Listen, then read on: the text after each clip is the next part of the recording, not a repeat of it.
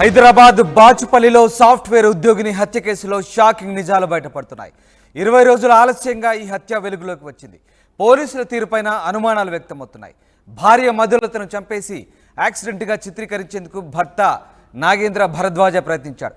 హత్య చేసిన తర్వాత భార్య శరీరాన్ని ముక్కలుగా నరికేందుకు నాగేంద్ర ప్రయత్నించాడు. సుత్తి, కత్తి సహాయంతో మధులత కాలు, చేయిని సగం వరకు నరికాడు నాగేంద్ర. ఎముకలు బలంగా ఉండడంతో నాగేంద్ర ఆగిపోయాడు. గ్యాస్ లీక్ చేసి యాక్సిడెంట్గా మలిచేందుకు ప్లాన్ చేశాడు. ఇంటి నుంచి పారిపోయి ఆసుపత్రిలో చేరి డ్రామా క్రియేట్ చేశాడు. నాగేంద్ర, అతని తల్లిదండ్రులు, అక్క బావుపై తీవ్ర చర్యలు తీసుకోవాలంటున్నారు మధులత పేరెంట్స్. నాగేంద్రకు డబ్బు పిచ్చి ఉందని, సైకోగా బిహేవ్ చేసేవాడని మధులత తల్లిదండ్రులు చెప్తున్నారు. అదనపు కట్నం కోసం మధులతను కొట్టాడంటున్నారు ఆమె పేరెంట్స్. పంచాయతీ పెట్టి నచ్చజెప్పామని, తాను చూసుకుంటాలే అని మధులత చెప్పిందంటూ పేరెంట్స్ వాపోయారు. నాగేంద్ర పెద్ద ఈగోయిస్ట్ అని, సైకో అంటూ మధులత పేరెంట్స్ ఆరోపిస్తున్నారు.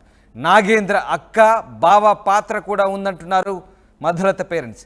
నాగేంద్ర తల్లిదండ్రులు కూడా వేధించారని మధులత పేరెంట్స్ అంటున్నారు. అయితే చంపితే చంపాడు, అయితే ఏంటి అన్నట్లు నాగేంద్ర అమ్మ నాన్న మాట్లాడుతున్నారంటూ పేరెంట్స్ ఆరోపిస్తున్నారు. ఇక పోలీసులు కూడా నిర్లక్ష్యంగా ఉన్నారని మధులత పేరెంట్స్ చెప్తున్నారు. సుత్తితో కత్తిని కొట్టి కాలు, చేయి నరికేశాడంటున్నారు పేరెంట్స్. మొత్తం మీద అత్యంత కిరాతకంగా నాగేంద్ర తన భార్య మధులతను చంపిన వైనం కనబడుతూ ఉంది. ఎస్, మనం చూస్తున్న దృశ్యాలు ఒక్కసారిగా హత్య జరిగిన ప్రదేశంలో ఆ దృశ్యాలు. నాగేంద్ర మధులతను హత్య చేసి దాన్ని గ్యాస్ లీకేజ్ ఘటనగా మలిచే ప్రయత్నం చేశాడు. ఆ మంచం దగ్గరే డెడ్ బాడీని పడేశాడు. అక్కడే గ్యాస్ కనబడుతుంది, మనకు గ్యాస్ బండ కనబడుతుంది. గ్యాస్ లీక్ చేసి దాన్ని గ్యాస్ లీకేజ్ ఘటనగా నమ్మించే ప్రయత్నం చేశాడు నాగేంద్ర. తర్వాత ఆయన ఆసుపత్రిలో చేరి పెద్ద డ్రామాని క్రియేట్ చేశాడు. ఒక చిన్న బాబు కూడా ఉన్నారు. పెళ్ళైన తర్వాత 17 నెలల బాబును కూడా ఆయన తీసుకెళ్ళి తాను కూడా పొడుచుకొని ఆత్మహత్యగా చిత్రీకరించే ప్రయత్నం చేశాడు. ఓ ఫ్రెండ్ దగ్గరికి వెళ్ళాడు. అక్కడ ఈ డ్రామా అంతా క్రియేట్ అయింది. ఆయన తర్వాత ఆసుపత్రిలో చేరాడు. ఆ బెడ్రూమ్ విజువల్స్ మనం చూడొచ్చు, డిస్టర్బింగ్ విజువల్స్. ఒకసారి మనం గమనించినట్టయితే బెడ్రూమ్లో, అదే బెడ్రూమ్ దగ్గర మధులతను చంపి పారేశారు. విచక్షణరహితంగా సుత్తితో, కత్తితో విచక్షణరహితంగా పొడిచి కొట్టి చంపాడు నాగేంద్ర. విచక్షణ మరిచి కట్టుకున్న భార్యను అత్యంత కిరాతకంగా విచక్షణరహితంగా చంపి అక్కడే ఆ బెడ్రూమ్లోనే పడేసిన ఘటన మనకు కనబడుతోంది. అక్కడే గ్యాస్ బండ కూడా కనబడుతోంది. వస్తువులన్నీ కూడా చెల్లా చెదురుగా కనిపిస్తూ ఉన్నాయి. ఆ ప్రాంతంలో, ఆ బెడ్రూమ్లో మధులతను చంపి పారేసిన అదే బెడ్రూమ్లో చంపి పారేశాడు. తిరిగి ఆ వస్తువులన్నీ కూడా అక్కడ చిందరవందరగా పడేసి అక్కడ ఏదో గ్యాస్ లీకేజ్ అయిన ఘటనగా అభివర్ణించే ప్రయత్నం చేశాడు. దానికి సంబంధించిన దృశ్యాలు మనం చూస్తూ ఉన్నాం. నాగేంద్ర ఇంటి లోపల ఆ దృశ్యాలు మనకు కనబడతా ఉన్నాయి. బెడ్రూమ్ అంతా కూడా చిందరవందరగా పడి ఉంది. అక్కడ ఏదో అనుకోని ఘటన జరిగింది, గ్యాస్ లీకేజ్ ఘటన జరిగింది, ఇంకా ఏదో ప్రమాదవశాత్తు జరిగిన ఘటనగా అభివర్ణించే ప్రయత్నం చేశాడు. దానంతా పెద్ద డ్రామాగా క్రియేట్ చేసే ప్రయత్నం చేశాడు. కానీ నాగేంద్ర బండారం అంతా బయటపడింది. పూర్తిగా నాగేంద్ర అతి కిరాతకంగా హత్య చేసిన ఘటన, విస్తుపోయే ఘటన 20 రోజుల తర్వాత బయటకు వచ్చింది. ఒక్కసారి మనం చూడొచ్చు నాగేంద్ర ఆయన తల్లిదండ్రులతో ఉన్నటువంటి ఫోటో కూడా మనం ఆ దృశ్యం చూడొచ్చు. నాగేంద్ర తల్లిదండ్రులు, నాగేంద్రకి ఇరువైపులా తల్లి తండ్రి ఉన్నారు. వీళ్ళు కూడా నాగేంద్ర హత్య చేసిన తర్వాత కూడా ఆయన సమర్థించే ప్రయత్నం చేశారని మధులత పేరెంట్స్ ఆరోపిస్తున్నారు. చంపాడలా, ఏమైందిలే అన్నట్టుగా వాళ్ళు మాట్లాడుతున్నారంటూ మధులత పేరెంట్స్ ఆరోపిస్తున్నారు. అలాగే నాగేంద్ర అక్క, బావ కూడా అందరూ టోటల్గా నాగేంద్ర ఫ్యామిలీ అంతా కూడా మధులతను చంపినప్పటికీ వాళ్ళంతా కూడా ఆ హత్యలో వీళ్ళంతా కూడా వాళ్ళ ప్రమేయం ఉంది, వాళ్ళంతా కూడా సహకరించారంటూ మధులత పేరెంట్స్ అయితే ఆరోపిస్తున్నారు. ఓవరాల్గా మధులత హత్య, సాఫ్ట్వేర్ ఉద్యోగిని మధులత హత్య ఉదంతం దాదాపు 20 రోజుల తర్వాత బయటకు వచ్చింది. ఇద్దరు కూడా సాఫ్ట్వేర్ ఉద్యోగులుగానే పనిచేస్తున్నారు. అయితే నాగేంద్రకు డబ్బు పిచ్చి ఎక్కువని, అదనపు కట్నం కోసం వేధించడంతో పాటు మధులతపై అనుమానం పెంచుకొని ఆమెను విచక్షణారహితంగా కొట్టి చంపాడంటూ మధులత పేరెంట్స్ అయితే ఆరోపిస్తున్నారు. ఎస్, మా ప్రతినిధి పెట్రిషియా జాయిన్ అవుతున్నారు. పెట్రిషియా, మధులత అత్యోదంతం దాదాపు 20 రోజుల తర్వాత బయటకు వచ్చింది. చాలా సైకోగా బిహేవ్ చేసేవాడని మధులత పేరెంట్స్ అయితే ఆరోపిస్తున్నారు. అసలు ఈ హత్య జరిగిన తీరు ఎలా ఉంది, దీనికి సంబంధించి స్థానికులు కానీ మధులత బంధువులు కానీ ఏమంటున్నారు? బాచుపల్లిలో దారుణం చోటు చేసుకుంది. సాఫ్ట్వేర్ భార్యని అతి దారుణంగా భర్త చంపడం జరిగింది. చంపిన తర్వాత అతి దారుణంగా చంపి ఇదంతా కూడా పూర్తిగా యాక్సిడెంట్ లాగా చిత్రీకరించే ప్రయత్నం చేశారు. గ్యాస్ని లీకేజ్ చేసే ప్రయత్నం అయితే చేశాడని తెలుస్తుంది. భార్యను అదనపు కట్నం కోసం వేధింపులకి గురి చేశారు. ఆ తర్వాత ఎవరు లేని సమయంలో భార్యని అతి దారుణంగా హత్య చేసి శరీర భాగాలను పూర్తిగా ముక్కలు చేసి దాని యాక్సిడెంట్ లాగా చిత్రీకరించే ప్రయత్నం చేశారని భర్త పేరు భరద్వాజ్ అని చెప్తున్నారు. ఒకసారి కుటుంబ సభ్యులతో మాట్లాడే ప్రయత్నం చేశాం. అసలు ఎట్లా జరిగి కూడా సుమారుగా 20 రోజులు అయినప్పటికీ కూడా ఎందుకని ఆలస్యంగా వెలుగులోకి వచ్చిందని మాట్లాడే ప్రయత్నం చేద్దాము. అమ్మాయి పేరు ఏంటి, అసలు ఏం జరిగింది? అమ్మాయి మధులతయ్య, నా పేరు శ్రీరంగనాయకులు. ఆమెను 2020లో ఆమె పెళ్లి చేశాము. అప్పటి నుంచి 3 సంవత్సరాలు బాగానే ఉన్నారు. అప్పుడప్పుడు గొడవలు పడుతూ మళ్ళీ సర్దుబాటు చేసుకుంటూ ఉన్నారు. అమ్మాయి కాన్పుకి వచ్చినప్పుడు మా ఇంటి దగ్గరే కాన్పు అయింది. అప్పుడు మా అందరి మీద గొడవ చేసిపోయాడు అబ్బాయి. ఇంకా మేము మనస్తాపం చెంది పంపించలేక అమ్మాయిని మా దగ్గరే ఉంచుకున్నాం. ఈ క్రమంలో ఈ మధ్యకాలంలో వచ్చి నా భార్యను పంపించండి, నా భార్యను నేను బాగా చూసుకుంటానని చెప్పేసి నమ్మబలికి తీసుకుపోయి దారుణంగా హత్య చేశాడు. ఇంత దారుణ హత్యను మేము జీర్ణించుకోలేకపోతున్నాం. మరి అతన్ని ఏ విధమైన శిక్ష వేస్తారో మా కుటుంబానికి రక్షణ కలిగజేయండి. ఒకసారి తల్లిగారితో కూడా మాట్లాడే ప్రయత్నం చేద్దాము. వీళ్ళకి అదనపు కట్నం కోసం వేధించారు అని సమాచారం వస్తుంది, నిజమేనా? ఎప్పుడన్నా అదంతా నిజమేనా? అదనపు కొట్టిన వేధించారమ్మా. పెళ్ళైన తర్వాత 3 నెలల నుంచి ఒకటే వేదన. అమ్మాయి జీతం తీసుకుంటారు, డబ్బులు ఇమ్మని వేధిస్తారు. ఇంకా కట్నం తీసుకురాపో అని అమ్మాయిని వేధించి కొడుతుంటారు. అత్తమామలు కొట్టారు, వాడు కొట్టాడు. ఈ అమ్మాయిని మాకు చెప్పుకోలేక బాధపడుతూనే ఉంది. కొంత చెప్తూ ఉంటుంది, కొంత చెప్పుకోవటం లేదు. ఆఖరికి పిల్లాడు పుట్టే టైంలో కాన్పుకు మా ఇంటికి వచ్చి అప్పుడు ఈ గొడవలతోటి కొన్నాళ్ళు మేము పంపలేదు అతన్ని, అమ్మాయిని. పంపండి అని ఒకటే గోల చేసేవాళ్ళు. పంపుతాంలే, కొంత ఈ గోల తగ్గిన తర్వాత పంపుతామని చెప్పాము. వినిపించుకోక ఒకటేమైనా ఒత్తిడి చేసేవాడు. చివరికి పంచాయతీలో మాట్లాడించి ఇక నుంచి మా అమ్మాయిని జాగ్రత్తగా చూసుకోకూడదు, మేము ఒప్పుకోము అని చెప్పి జాగ్రత్త చెప్పే ప్రయత్నం చేశారు అందరు పెద్దల సమక్షంలో. ఆ టైంలో మా మీదికి వచ్చాడు కొట్టడానికి. మాకు చెప్తారా అని చెప్పి మీదికి వచ్చి నన్ను కొట్టనొచ్చాడు మీదికి. అట్లా దౌర్జన్యం చేశాడు కిరాతకుడు. అంత చేసినప్పటికీ మా అమ్మాయిని ఏదో నా సంసారం పోయిద్ది కదా, నేను ఎలాగో చెప్పుకొని బాగా ఉంటాను, ఇంకా ఇలాగా జరగకుండా చూసుకుంటానులేమ్మా, నేను జాగ్రత్తగా ఉంటా, ఇట్లాంటిది ఏదన్నా వస్తే మళ్ళీ నేను ఇంటికి వచ్చేస్తాను అని చెప్పింది. సరేనమ్మా నేను నమ్మి పంపించాము.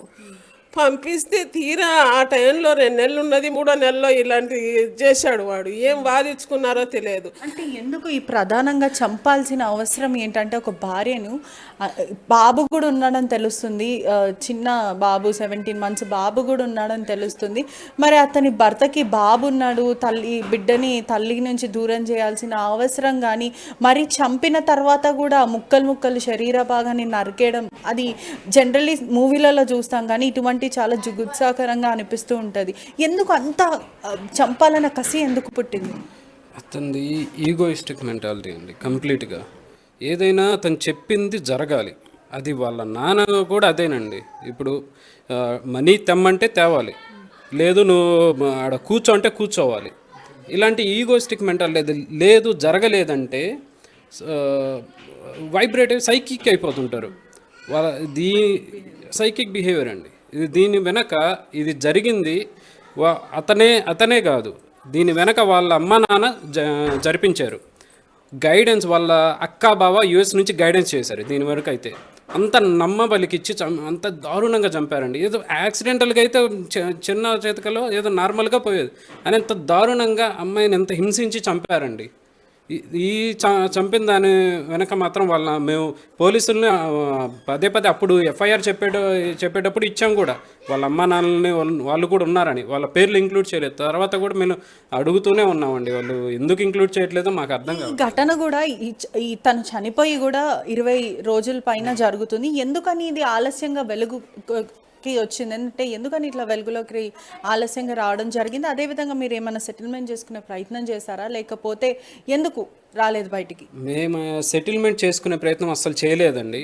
ఇది సంఘటన జరిగిన తర్వాత అబ్బాయి తరపు నుంచి ఎవరు ఒక్క కాల్ కూడా చేయలేదండి. ఇలా జరిగింది, తప్పు అయిపోయింది, బాబు ఎలా ఉన్నాడు, ఒక్క కాల్ చేయలేదండి. 20 రోజులు తల్లిదండ్రులు కూడా కాల్ చేయలేరు, మా అబ్బాయి ఇలా చేయడం తప్పే, బాబుని మేమన్నా చూసుకుంటామని ఇట్లా ఏది కూడా చెప్పలేరు. లేదండి, వాళ్ళ సైడ్ అసలు రిగ్రెటే లేదండి. వేరే వాళ్ళతో మాట్లాడిన ఫోన్ కాల్ మేము విన్నాము. అతను ఎందుకు జరుగుతుంటాయి, అతని కారణాలు అతనికి ఉన్నాయి, చంపాడంటే చంపుతాడు, చట్టం చూసుకుంటుంది అనే ధీమాగా డిఫెన్సివ్ మోడ్లో మాట్లాడుతున్నాడండి వాళ్ళ నాన్న. అది ఇన్ని రోజులు న్యూస్ ఎందుకు రాలేదో మాకు అర్థం కావట్లేదండి. మేము ఈ కార్యక్రమాల పరంగా మేము మా స్వగ్రహంకి వెళ్ళాము, అమ్మాయిని తీసుకుని క్రిమేషన్ ప్రాసెస్ ఇంకా పెద్ద కర్మ అన్నీ చేసుకుంటామండి, గొట్లగట్టు. ఇక అక్కడి నుంచే మేము అన్నీ చేసుకున్నాం. తర్వాత న్యూస్ రాలేదని రియలైజ్ అయ్యాం ఒక 1 వీక్ తర్వాత. మేము అప్పటి వరకు న్యూస్ ఇచ్చింటారు పోలీసులు, ఆల్రెడీ ఇదంతా జరుగుతుంటుంది అనే మోడ్లో ఉన్నాం మేము. మీరు అడిగారా అధికారులను, పోలీసులను అడిగారా మరి ఎందుకు ఇంత దారుణమైన హత్య జరిగినప్పుడు ఎందుకని ప్రజలకు తెలియకుండా మీరు ఎందుకని ఆపారని అడిగారా, ప్రశ్నించారా? ప్రశ్నించామండి. మేము వెళ్ళి అడిగితే ఏంటి న్యూస్ రావాల్సిన పని ఏంటి, కేసు ఫైల్ అయిందిగా అని అంటారు. ఏదేంటి సార్ ఇవ్వాలి కదా అంటే రూల్ లేదు కదా అని అంటున్నారు. మాకు అర్థం కావట్లేదు. ఇది ఏదో యాక్సిడెంట్ కాదు కదా, అంత క్రూరంగా అమ్మాయిని చంపారు. వాడు అంత క్రూరంగా చంపితే ఆ న్యూస్ ఒక చిన్న పేపర్లో ఎక్కడ మూల కూడా రాలేదండి, ఒక వర్డ్ కూడా. అది మాకు చాలా బాధాకరంగా ఉంది. ఇంకా అంటే ప్రజలకు తెలియాలి కదా ఇట్లాంటి కిరాతకులు ఉన్నారు అని చెప్పి. అదేవిధంగా చంపిన తర్వాత శరీర భాగాలని ముక్కలు చేయడం జరిగింది. అంటే ఆ సమయంలో ఏం చేశాడు? అదేవిధంగా ఈ గ్యాస్ని యాక్సిడెంట్గా చిత్రీకరించే ప్రయత్నం చేశాడు. ఇదంతా ఎలా చేశాడు? ఇది మేము అనుకోవడం అతను ఒక్కడే చేసి ఉండడు, సంథింగ్ బిహైండ్ ఎవరో హెల్ప్ చేస్తున్నారా అని అనుకుంటున్నామండి. ఎందుకంటే బాడీ మొత్తాన్ని ఒక్కరు పార్ట్గా చేసేసి తీసుకెళ్ళలేరు కదా, అతను ఒక్కడి హస్తం ఉండదు, దీని వెనక ఎవరు ఉన్నారని పోలీసులు దర్యాప్తు చేయాలి. ఎటువంటి పార్ట్స్ని సపరేట్ చేయడం జరిగింది? అతను కాలుని కట్ చేశాడు, చేతిని కట్ చేశాడండి, బోన్ దగ్గర ఆగిపోయాడు, మొత్తం ఫ్లష్ మొత్తం రిమూవ్ చేశాడు, నరికేయడం జరిగింది. తనకు టూల్స్ అవి ప్రాపర్గా లేవు, ఉండింటే పూర్తిగా నరికేసి మనకు బాడీ కనపడకుండా చేసేవాడు. నరకడం కూడా ఎలా నరికారు? అంటే కత్తితో చంపే కత్తితోనే, లేకపోతే ఏదన్నా మిషన్ కానీ రంపం కానీ అలాంటివి యూజ్ చేయాలి? మేము పోలీసుల దగ్గర చూసింది అయితే చంపిన కత్తితోనే సుత్తితో కొట్టాడండి దాన్ని బ్రేక్ చేయడానికి. అది రంపం లేవు కానీ ఇది పెద్ద చాకండి, ఇంత పొడుగు ఉంటుంది. అది దాన్ని తీసుకొని దానితో నరకడానికి ట్రై చేశాడు, అది బ్రేక్ అవ్వలేదు బోన్. లేకపోతే మాకు అమ్మాయి అన్న దక్కేది కాదండి, అంత క్రూరంగా ట్రై చేశాడు వాడు. అసలు గ్యాస్ని ఎలా లీక్ చేయడం జరిగింది ఆ ప్రాసెస్? అంటే ఒకవేళ గ్యాస్ లీక్ అయి ఉంటే పూర్తిగా ఉన్న అపార్ట్మెంట్లు ఉన్న వాళ్ళందరూ చనిపోయేవాళ్ళు. అది ఎలా లీక్ చేసే ప్రయత్నం చేశాడు? అంటే ఈ కేసుని తప్పుదోవ పట్టించి ఎస్కేప్ అయ్యే ప్రయత్నం ఎలా చేశాడు? అది తన మెయిన్ ఇంటెన్షన్ తన యాక్సిడెంట్గా క్రియేట్ చేయాలనుకున్నాడు. 2 గ్యాస్ సిలిండర్లు అండి ఉంది, 2 లీక్ చేశాడు, విండోస్ అన్నీ క్లోజ్ చేశాడు, కరెంటు వైర్లు ప్లగ్లో పెట్టేశాడు. జస్ట్ ఒక్క స్పార్క్ వస్తే చాలు మొత్తం బ్లాష్ అండి. అది ఫస్ట్ ఫ్లోర్లో ఉంటుంది, పైన 4 ఫ్లోర్లు ఉంటాయండి. ఇంకే పిల్లర్స్ అంతా పడిపోతే ఆల్మోస్ట్ అపార్ట్మెంట్ కొలాప్స్ అవుతుందండి. నాకు తెలిసి 10-12 ఫ్యామిలీలు ఎఫెక్ట్ అవుతాయండి దీనివల్ల. కేవలం ఇతను తప్పించుకోవడానికి ట్రై చేసిన యాక్ట్ వల్ల చుట్టుపక్కల అపార్ట్మెంట్లో వాళ్ళు తెలిసి అందరూ పరిగెత్తారండి.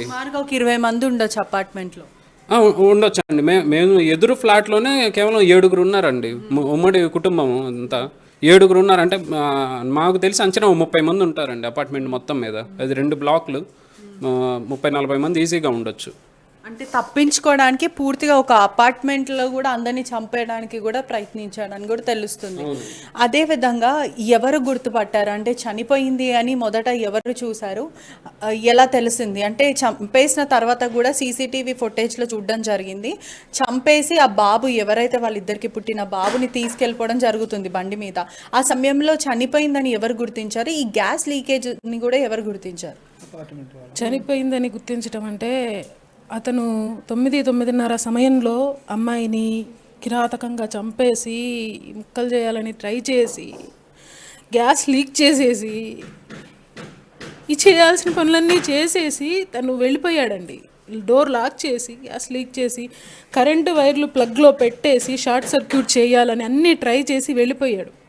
లాక్ చేశాక 12 గంటల సమయంలో కింద ఫ్లాట్ వాళ్ళకి స్మెల్ వచ్చిందంట అండి.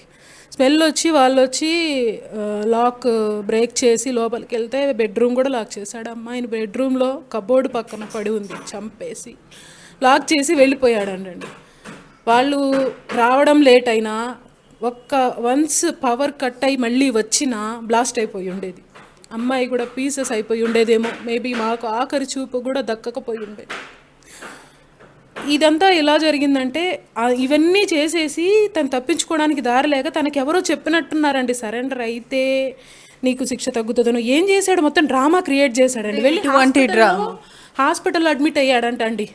మరి ఏం చెప్పదలుచుకుని చేసేసి వెళ్ళి హాస్పిటల్లో పక్కనే మమతా హాస్పిటల్ ఉందండి, అక్కడ అడ్మిట్ అయ్యాడంట అండి. అంటే అక్కడ తను ఏం చెప్పదలుచుకున్నాడో, మరి అమ్మాయి తనను చంపాలని ట్రై చేసిందని చెప్పాలనుకున్నాడో ఏమో మాకైతే. ఎలా జాయిన్ చేసుకున్నారంటే ఏదైనా గాయాలు పొడుచుకోవడం కానీ అలాంటివి ఏదైనా స్వయంగా చేసుకున్నాడా, లేకపోతే ఏ పరంగా జాయిన్ అయ్యాడు? ఇక్కడ చిన్న చిన్న ఘాట్లు ఉన్నాయంట అండి, చేసుకొని ఆక్సిజన్ మాస్క్ అవి పెట్టుకొని డ్రామా క్రియేట్ చేసి తను వీడియోలు తీసి పెట్టుకున్నాడంటండి. మరి ప్రూఫ్స్ కోసం తీసి పెట్టుకున్నవేగా, ఇదంతా కావాలని కుట్ర ప్రకారం చేసినట్టు అర్థమవుతుంది కదా. చేసుకొని హాస్పిటల్లో అడ్మిట్ అయితే హాస్పిటల్ వాళ్ళు పోలీసులకు కాల్ చేశారంటండి. పోలీసులు వచ్చి ఏంటి అని చెప్పి వాళ్ళు ఎంక్వైరీ చేసుకొని మా నెంబర్ తీసుకొని నాకు కాల్ చేశారండి. రాత్రి 12:39 మేము ఇక్కడ లేము, సమ్మర్ హాలిడేస్కి ఊరెళ్ళున్నాం. నాకు కాల్ వచ్చింది. అక్కడి నుంచి మా ఫ్రెండ్స్కి కాల్ చేసి నేను చెప్తే వాళ్ళు వెళ్ళారు. వాళ్ళు వెళ్ళేటప్పటికే అపార్ట్మెంట్ వాళ్ళు బ్రేక్ చేసి లోపలికి వెళ్ళి ఉన్నారు, పోలీసులు వచ్చి ఉన్నారండి. మా ఫ్రెండ్స్ని మేము పంపించేటప్పటికి మేమెవ్వరం ఇక్కడ లేము. మేమెవ్వరం లేని టైం చూసుకొని ప్లాన్ చేసి చేశాడండి ఇదంతా. ఎంత దారుణం అసలు. ఏమీ లేదు, చిన్న గొడవలు, భార్యాభర్తల గొడవల వల్ల ఇంత కక్ష పెట్టుకొని భార్యను అతి దారుణంగా చంపి శరీర భాగాలను కట్ చేయడం అంటే ఎంత క్రూయల్ మైండ్ సెట్. అంత అంటే మీరు అరేంజ్ మ్యారేజ్ చేసినప్పుడు ఇవన్నీ చూసుకోలేదా? అంటే ఎటువంటి మనిషి అని బ్యాక్గ్రౌండ్ వెరిఫై చేయలేదా? చూసుకున్నామండి. ఇప్పుడు మా పల్లెటూర్లు కదండి, తెలిసిన వాళ్ళ ద్వారా వీళ్ళ ద్వారా ఎంక్వైరీలు చేస్తాం. తెలిసిన వాళ్ళు మంచి కుటుంబమే. ఇప్పుడు లోపల ఉన్న ఇన్నర్ క్యారెక్టర్ ఎవరికి తెలుస్తుందండి? అంత ప్రధానంగా చంపడానికి కారణం ఏంటి? అందులో పెద్ద కారణం అంటే డబ్బు పిచ్చి.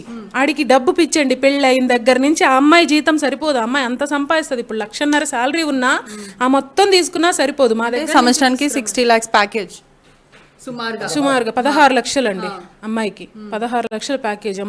అతనికి ఎంత ఉంటుంది? తక్కువ అండి, అతనికి 10 లక్షలని వాళ్ళు చెప్తున్నారు, మాకు ఎగ్జాక్ట్ గా తెలియదు. ఈ అమ్మాయి డబ్బు అంతా ఎవరికి మరి వాళ్ళు తీసుకుంటారండి? ఆ అబ్బాయి వాళ్ళ నాన్న. అంటే ఈ నెలకి 1,50,000 సరుకు పోయినా కూడా మళ్ళీ ఇంకా అడుగుతూనే ఉంటారు, అదనపు కట్నము, వేధింపులు. 2 years బ్యాక్ ఆ ఫ్లాట్ కొన్నారండి. ఇప్పుడు మా అమ్మాయిని చంపిన ఫ్లాట్ కొన్నారు. ఆ ఫ్లాట్ కొనేటప్పుడు డబ్బులు కావాలని మా నాన్నగారిని మా తమ్ముడిని అడిగిచ్చారండి. వీళ్ళ దగ్గర నుంచి కొంత తీసుకున్నారు కూడా. అప్పుడు 2 years బ్యాక్ అండి, 2022లో ఆ ఫ్లాట్ కొన్నారు. అప్పుడు తీసుకున్నారు. తర్వాత అమ్మాయి గోల్డ్ ఏదైనా కొనుక్కుంటానంటే కొననివ్వరు. కొనుక్కోవాలంటే మీ వాళ్ళ దగ్గర నుంచి తెచ్చి కొనుక్కో అంటారు. సరే, అమ్మాయి ఏదో కొనేటప్పుడు కూడా అమ్మాయికి తక్కువ పడితే మా వాళ్ళే ఇచ్చారు. ఇలా వీళ్ళ దగ్గర నుంచి తీసుకుంటారు. ఆ అమ్మాయి శాలరీ తీసుకుంటారు. ఆ అమ్మాయి కొన్న గోల్డ్ ఏది అమ్మాయి దగ్గర ఉండదు, మేము పెట్టిన గోల్డ్ ఉండదు, మొత్తం బ్యాంక్లో పెట్టేసుకుంటారు.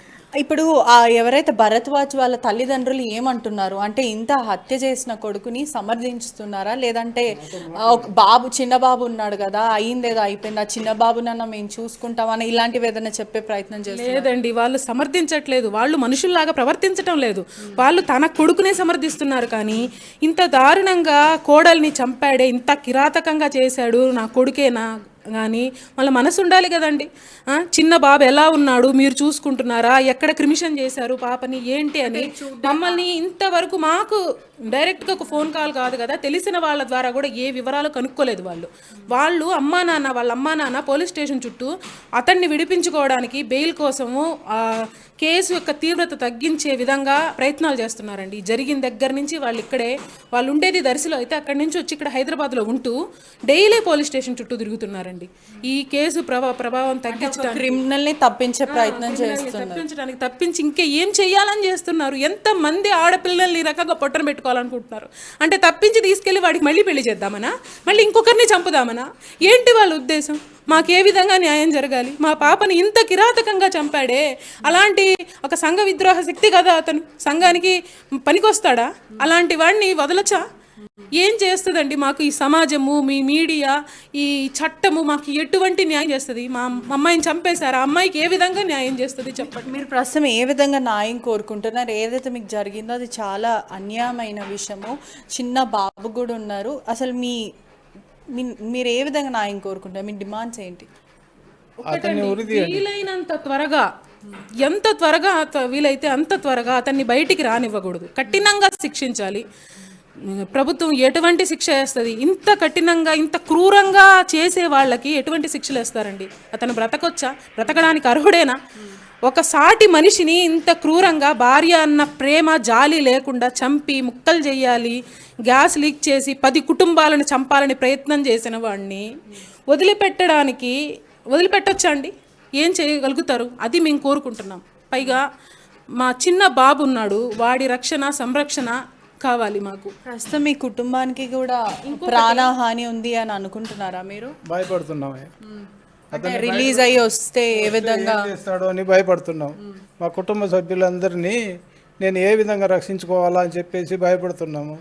మీకు చూస్తుంటే కూడా ఆరోగ్య పరిస్థితి మీకు కానీ మీ ఆవిడకు కానీ అసలు బాగాలేనట్టు అనిపిస్తుంది. నేను లంగ్ క్యాన్సర్తో బాధపడుతున్నాను. నేను నా ట్రీట్మెంట్ కోసమే మేము బాధపడతా ఉంటే ఈ లోపల అమ్మాయిని చంపి మమ్మల్ని మానసికంగా కుంగదీశాడు. మేము కోలుకోలేని పరిస్థితి మాది. అందుకని ఇంకా అతన్ని విడిపించాలని ప్రయత్నాలు చేస్తున్నారండి. మా బిడ్డను నిలువున అంత క్రూరంగా, పాశవికంగా చంపింది కాక కిరాతకుడిని విడిపించడానికి ప్రయత్నం చేస్తున్నారండి. వాళ్ళ మనుషులేనా? ఏం చేస్తుంది సమాజం? ఎటువంటి సమాజంలో ఆడపిల్లల్ని వదిలేస్తున్నాము? చిన్న పిల్లల్ని, ఆడపిల్లల్ని చూస్తుంటే భయం వేస్తుంది. మాకెలాంటి రక్షణ కల్పిస్తారు? మా బిడ్డను మాకు ఎలా తిరిగిస్తారు? మా కడుపు కోత ఎలా తీరుతుంది? వాడికంత కోపం ఉంటే వదిలేస్తే అమ్మాయిని మేము తెచ్చుకునే వాళ్ళం కదా. చిన్న బాబు ఉన్నాడు, పాలు తాగుతాడు, వాడు ఎత్తుక్కుంటున్నాడు అమ్మ అమ్మ అని. నా చెల్లెల్ని ఎవరు తెచ్చిస్తారు?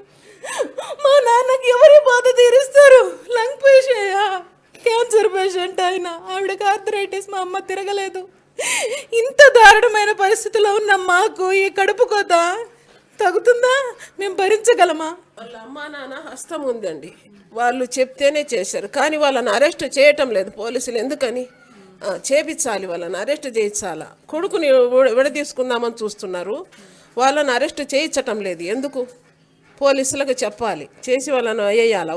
వాళ్ళు చెప్పండి అబ్బాయి చెయ్యడు, చేసి ఇంకా ఇడిపించుకుంటారు. ఇప్పుడు నా కూతురికి కలిగిన బాధ వాడికి కలిగితే కదా, వాడి అక్కకు కలిగితే కదా వాడికి తెలిసేది. వాడిని ఆ విధంగా కోస్తే కదా వాడికి ఆ నొప్పినే తెలిసేది. నా పిల్లని నేను ఎంత అల్లారు ముద్దుగా చాక్కున్నాను, కొట్టకుండా చాక్కున్నా. అట్లాంటిది కొంచెం తెగితే అంత బాధపడతాము. వాడు ఆ విధంగా పొడిచి చంపాడు నా కూతుర్ని. ఎంత నరకం అనుభవించింది. నాకు ఎంత కడుపు కోత పెట్టాడు వాడు, రాక్షసుడు, నరరూప రాక్షసుడు. అసలు అట్టడు ఉండొచ్చా? ఉండకూడదు. వాడికి అలా బాధ పెట్టాలా, వాడిని కొయ్యాలి. వాడిని పోలీసులు ఫోన్ చేస్తే గుండెలరి చేతిలో పెట్టుకొని పిల్ల ఏదో రకంగా వచ్చాము. కోస ప్రాణం ఉంటే తీసుకుపోయి నా ఇంట్లో పెట్టుకున్నాము. కిరాతకంగా పొడిచి చంపి శవాన్ని చేసి మరుసటి రోజు దాకా మాకు అమ్మాయి మొహాన్ని కూడా చూపించలేదు. మేము వచ్చేటప్పటికి అమ్మాయి ఎక్కడ లేదు, గాంధీ హాస్పిటల్కి తీసుకెళ్ళిపోయారు. రోజంతా మార్చురి దగ్గర పడిగాపులు పడి ఆ రోజు సాయంత్రానికి చూసాం అమ్మాయి మొహాన్ని. నేను మొత్తం బ్లడ్, తల మొత్తం బ్లడ్, పెట్టుకోలేకపోయానమ్మా. అంత కిరాతకంగా చంపాల్సినంత అవసరం ఏంటి నా చెల్లెల్ని? ఏం పాపం చేసింది? ఏం పాపం చేసింది నా చెల్లెలు? చిన్న బాబు చాలి లేదా?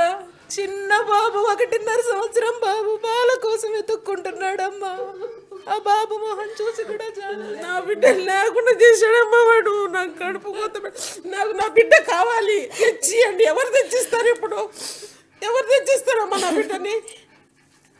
వాళ్ళ నాన్న ఇంకా మా మీద మా కుటుంబం మీద ఇంకా చాడీలు చెప్పే ప్రయత్నమే చేస్తున్నాడు. వాళ్ళకి కొంచెం కూడా బాగలేదు, వాడిని విడిపించే ప్రయత్నం చేస్తున్నాడు ఈ చట్టం సమాజం. దయచేసి మా మీద న్యాయం చేయండి, అతన్ని బయటకు రాకుండా చూడండి, మాకు రక్షణ కల్పించండి, ఆ చిన్న బిడ్డకు న్యాయం చేయండి. కుటుంబ కోసమే చేశాడు. కట్నం వేధింపులే, ఇంకంతకు మించి ఏమీ లేదు. అమ్మాయి జీతాలు కావాలి, ఇంకా ఇంకా తెమ్మన్నాడు. డబ్బు పిశాచివాడు. వీళ్ళని చూస్తుంటే కూడా నాకు కూడా కన్నీళ్ళు ఆగట్లేదని చెప్పొచ్చు. ఇంత దారుణంగా గతంలో చూసాము, హరిహర కేసులో ఇలానే జరిగింది. ముక్కలు ముక్కలుగా బాడీ పార్ట్స్ నరికేయడం జరిగింది. సేమ్ అలాంటి సిచ్యువేషన్నే బాజ్పల్లిలో చోటు చేసుకుందని చెప్పొచ్చు. భార్యని అతి దారుణంగా, ఒక సాఫ్ట్వేర్ ఉమెన్ని అతి దారుణంగా కిరాతకంగా చంపి మరి ఆ బాడీ పార్ట్స్ని మొత్తం వేరు చేసి ఒక గ్యాస్ పేలుడు లాగా చిత్రీకరించే ప్రయత్నం చేశారు. మాకు జరిగింది చాలా అన్యాయం. అలాంటి కిరాతకుడిని సమాజంలో తిరిగే అస్సలు అధికారం కూడా లేదు అతనికి. తీవ్రమైన కఠినమైన చర్యలు అతని మీద తీసుకోవాలి. ప్రస్తుతం అయితే పోలీసులు కేసు నమోదు చేసుకుని దర్యాప్తు చేసుకుని అతన్ని రిమైండ్కి తరలించడం అయితే జరిగింది. కానీ కుటుంబ సభ్యులు మాత్రం మాకు చాలా అన్యాయం జరిగింది, మాకు ఖచ్చితంగా న్యాయం జరగాలి, అతను జైల్లో నుంచి రిలీజ్ అవ్వద్దు, తీవ్రమైన చర్యలు అతని మీద తీసుకోవాలి, ఎటువంటి సమాజంలో ఉన్నారు అని కుటుంబ సభ్యులు ప్రశ్నించడం అయితే జరుగుతుంది. ఒకవైపు ఆడబిడ్డలకి, మరోవైపు చిన్న చిన్న పిల్లలకి చాలా అన్యాయం జరుగుతుంది. ఇటువంటి కిరాతకులని మనం సమాజంలో వదిలేస్తే చీడ పొడుగులై అమ్మాయిల పట్ల అసభ్యంగా ప్రవర్తించడం జరుగుతుంది. ఇలాంటి క్రిమినల్స్ని సొసైటీలో తిరగనివ్వద్దని కుటుంబ సభ్యులు చెప్పడం అయితే జరుగుతుంది. ఏదైతే బాజ్పల్లిలో జరిగిందో అది చాలా దారుణమైన విషయము.